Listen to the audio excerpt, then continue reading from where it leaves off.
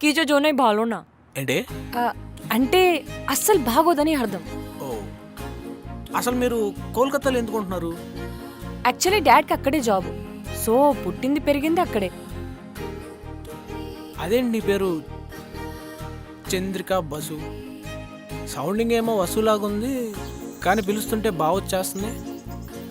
అది మా అమ్మ పెట్టిన పేరు. అక్కడ బెంగాలీ వాళ్ళు వాని బా అని పలుకుతారు. మరి అప్పుడు వంశీని బంశీ అంటారా? అంతేగా. సో లవ్ మ్యారేజ్ అనమాట మీ పేరెంట్స్ది. నీకెలా తెలుసు మా పేరెంట్స్ లవ్ మ్యారేజ్ అని? ఇంత లో అక్యూ అయితే ఎలా బాబా? క్లియర్గానే తెలుస్తుంది కదా.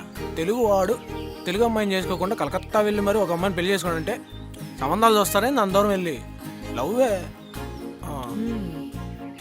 ఆహా, నీ బ్రెయిన్ ఏంటి జులైలో అల్లర్జున్లో వర్క్ చేస్తుంది?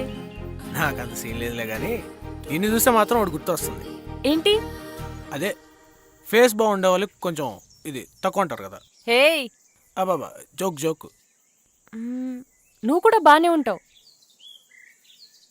ఇప్పటి వరకు ఎంతమంది ప్రపోజ్ చేశారు? మనకంత సీన్ లేదులే కానీ కొంతమంది దూరం నేను సైడ్ కొట్టేవాళ్ళు అంతే. నువ్వు ఎవరికి ప్రపోజ్ చేయలేదా? లేదు, కానీ ప్రపోజ్ చేయాలనుకున్నాను. అప్పుడు నేను 9th క్లాస్ చదివేవాడిని. అప్పుడే మా క్లాస్లో ఒక అమ్మాయి వచ్చింది, సమంతకమని. కేరళ నుంచి ట్రాన్స్ఫర్ అయ్యి వచ్చింది. మేమిద్దరం కలిసి చాలా బాగుండేవాళ్ళం. ఫైనల్ ఎగ్జామ్స్ అయ్యాక ప్రపోజ్ చేద్దాం అనుకున్నా, కానీ ఈ లోపు ట్రాన్స్ఫర్ అయ్యి మళ్ళీ కేరళకే వెళ్ళిపోయింది. చేయలేకపోయా. అయినా లవ్ చెప్తే యాక్సెప్ట్ చేయాలని ఏం లేదు కదా, మరి ఎందుకు బాధపడుతున్నావు? నేను బాధపడుతుంది నేను లవ్ ప్రపోజ్ చేయగానే తనేదో యాక్సెప్ట్ చేసేస్తాను కాదు, మరి నా లవ్ని తనకి తెలియజేయలేకపోయానని. ఏది ఎక్స్పెక్ట్ చేయనప్పుడు ప్రపోజ్ చేయడం ఎందుకు? తనకు నేను గుర్తొచ్చినప్పుడు ఎవడో ర్యాండమ్ ఫ్రెండ్ స్కూల్లో పరిచయం అయ్యాడు అన్నట్టు గుర్తు రావాలని లేదు. అరే ఒకడు ఉన్నాడు రా, ఆడు మనల్ని చాలా ప్రేమించాడు, మనతో కలిసి తిరిగాడు, ఈ బెస్ట్ ఫీలింగ్స్తో గుర్తు రావాలనుకున్నా అంతే.